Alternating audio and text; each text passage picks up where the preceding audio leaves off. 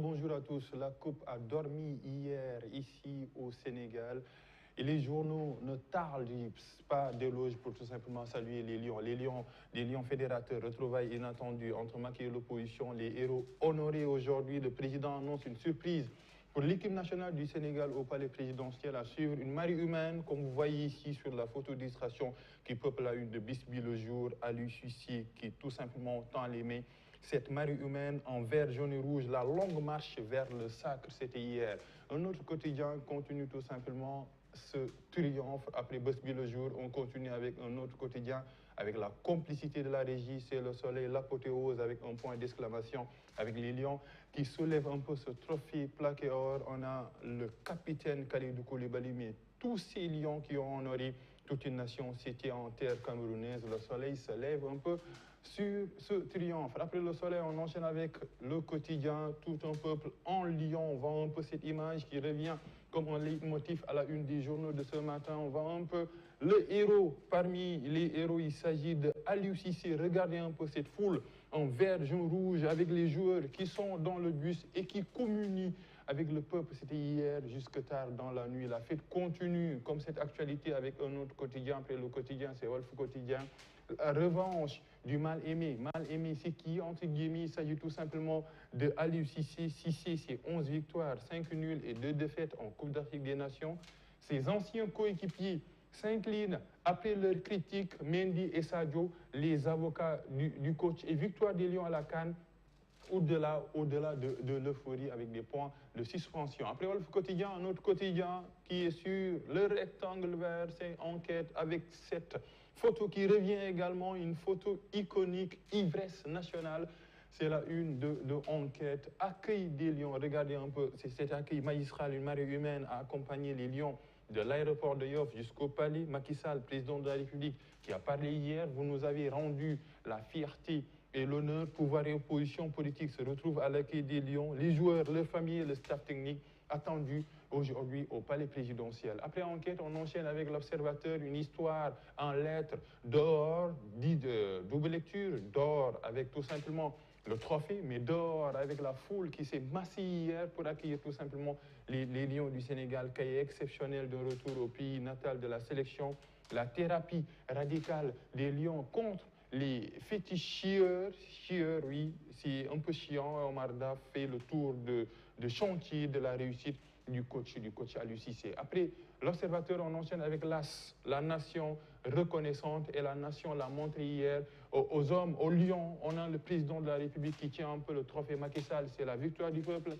Les Lions célébrés par des milliers de Sénégalais, communion entre les chefs de l'État et de nombreux leaders de l'opposition pour accueillir les héros de Yaoundé, les héros d'Afrique, même Ousmane Sonko et Karim Wade saluent Macky Sall, même la Coupe fédère, les hommes politiques. Après là, on enchaîne avec Vox Pop, du jamais vu hier avec un point d'exclamation. Le Sénégal, en fait, pendant 3 jours, la fête continue. Macky Sall exulte à 1h30 du matin. Le convoi a pris le départ à 16h à l'aéroport de Yoff. Il est arrivé à 1h30 du matin au palais. Ce qu'on a vu, c'est indescriptible, historique. Les qualificatifs ne manquent pas. C'est une fusion totale entre l'équipe et le peuple. La magie et le pouvoir invisible du foot ont opéré, et les images valent 1000 mots. Après Vox Pop, on enchaîne avec les quotidiens à tout seigneur, tout honneur, pour faire tout simplement la tradition en Wolof que déflorer les Lions accueillis en héros, avec les hommes politiques également qui se sont massés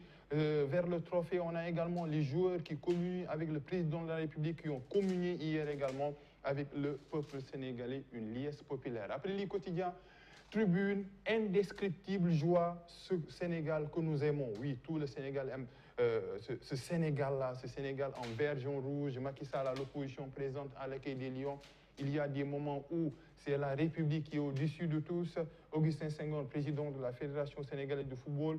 En 2019, le Sénégal nous avait dit « Amoul découragé ». Bougane Gueye, leader de Gëm Sa Bopp, un seul vainqueur, c'est la nation sénégalaise. Invitation des leaders de Yewwi Askan Wi à l'accueil des Lions. Kalidou Koulibaly, capitaine des Lions. Il faut rester derrière nous. D'après lui, grâce à vous, on a amené ce magnifique trophée. Le trophée qui continue avec la une des journaux de ce matin. Stade La folie à Dakar, les Lions unissent le peuple, lui, à travers ce trophée tenu par les Lions du Sénégal. 11 victoires, 5 nuls et 2 défaites, les chiffres d'Aliou Cissé. Toute l'opposition à l'accueil des héros. Macky Sall sort les récompenses aujourd'hui. On attend ce rendez-vous, une procession indescriptible. Rendez-vous au palais, c'est aujourd'hui à 16h à suivre sur ITV et Radio bien sûr. Après stade, sous nos lampes, même les lutteurs ont laissé leur game pour arborer les couleurs de l'équipe nationale. La fièvre du foot s'empare de la lutte, les VIP parlent. Boignan 2, j'avais pitié que pour Sadio Mané, si c'est Pitié qui remplace un Yalla Pitié Tafatine. C'est un déclic pour le Sénégal. Guigui, j'ai versé de chaudes larmes et l'acte 2, je leur recommande d'aller remercier les chefs religieux. Toute la revue des titres avec l'équipe nationale du Sénégal, avec le dessin d'Odia également pour terminer. On a un peu ce Sénégal avec une seule couleur, avec des drapeaux, avec des gadgets. On a un lion qui tient tout simplement le trophée. Et le bus ou bien l'auto, la voiture qui conduit un peu ces lions, ce sont les hommes politiques en première ligne. Le président Macky Sall, Khalifa Sall, on a Barthélémy Diaz, on a Ousmane Sonko, la victoire de tout un peuple qui n'aimerait pas d'être sénégalais aujourd'hui, Aminata. C'est ça, Papa Sarr, merci beaucoup pour cette revue des titres. On passe à présent à l'actualité sur le continent africain. Nous irons au Soudan. Le Maroc également au menu, l'Afrique du Sud, mais voyons d'abord ce qui se passe au Soudan, Papa Sarr, avec la manifestation qui ne faiblit pas. Oui, une nouvelle mobilisation contre le coup d'État fortement réprimé. La mobilisation qui continue au Soudan avec cette image, les Soudanais qui sortent un peu pour dire non au gouvernement de Bourhan. Ce lundi hier, c'était la 17e marche du million organisée depuis le 25 octobre à l'appel des comités de résistance. Comme chaque semaine, gaz lacrymogène, grenades assourdissantes et tirs à balles réelles. Mais il y a des morts. On va voir un peu les chiffres un peu de ces manifestations sanglantes au Soudan. 79 morts et plus de 2000 blessés en 3 mois. Des manifestations similaires avaient lieu dans une vingtaine de villes, de toutes générations confondues, rappeler le caractère pacifique de leur soulèvement, mais ce caractère pacifique tranche un peu avec les chiffres un peu de ces manifestations qui ont commencé depuis le 25 octobre au Soudan, 79 morts et 2000 blessés au Soudan. Après le Soudan passe Papa Sarr, on passe au Maroc, le pays qui pleure toujours le petit Ryan. Oui, il avait 5 ans, il était tombé dans un puits, il avait suscité un peu l'émoi mondial, il y avait de l'espoir, enfin le désespoir avec la mort du petit Ryan. Le Maroc enterre le petit Ryan, mort piégé dans un puits. On voit un peu les réactions des Marocains. Les Marocains ont assisté hier aux funérailles de Ryan, un garçon de 5 ans qui a passé 5 jours dans un puits. Le garçon est tombé dans un puits étroit et sec de 32 mètres.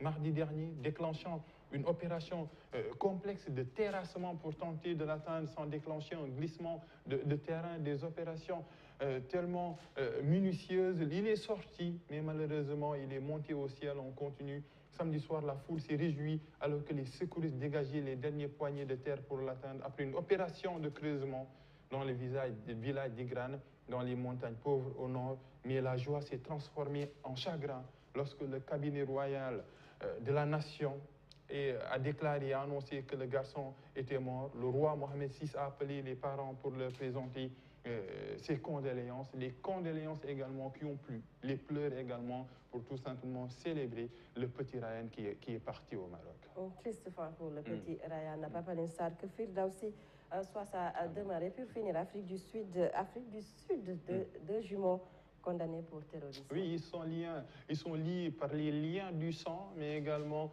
par le terrorisme. Des frères jumeaux condamnés pour terrorisme, ça s'est passé à la Nation Arc-en-Ciel. Tony Lee Tulsi et Brandon Lee Tulsi, tous deux âgés de 28 ans, arrêtés en Afrique du Sud en juillet 2016.